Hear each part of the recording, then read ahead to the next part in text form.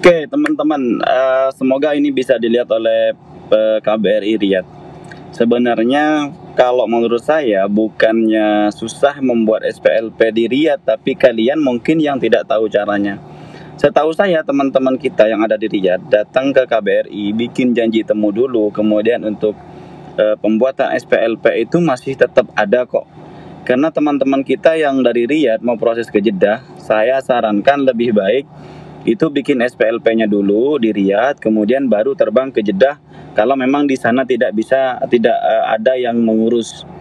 Kenapa saya sarankan begitu? Karena ketika dari Riyadh teman-teman ingin ke Jeddah melalui proses exit mandiri, maka dia akan membutuhkan waktu yang lama. Dari Riyadh datang ke sini masih harus bikin janji temunya. Sementara janji temunya itu bikin janji temu sekarang belum tentu hari Minggu dapat.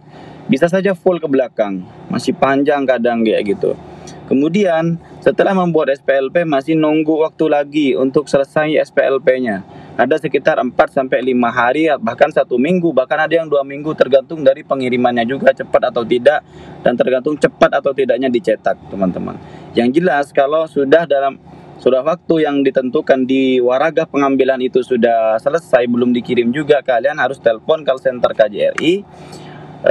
Kenapa SPLP-nya belum selesai? Karena sering saya harus telepon terlebih dahulu, kadang harus tanyakan dulu ke pihak pengirimannya kalau SPLP belum datang-datang juga kayak gitu. Kemudian setelah proses SPLP-nya selesai, kalian harus proses basmah. Nah, yang proses basmah ini tergantunglah.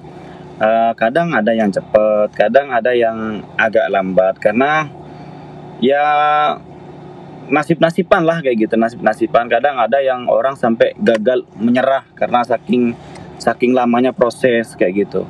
Karena memang kita kan ilegal. Yang harus disadari itu teman-teman, ketika kita mau proses exit mandiri tidak sama dengan orang-orang resmi. Teman-teman yang ilegal kadang bertanya, Pak, berapa sih harga tiket untuk yang ilegal? Jadi untuk yang ilegal itu bukan beli tiket, tapi proses exitnya, proses basmahnya, kayak gitu.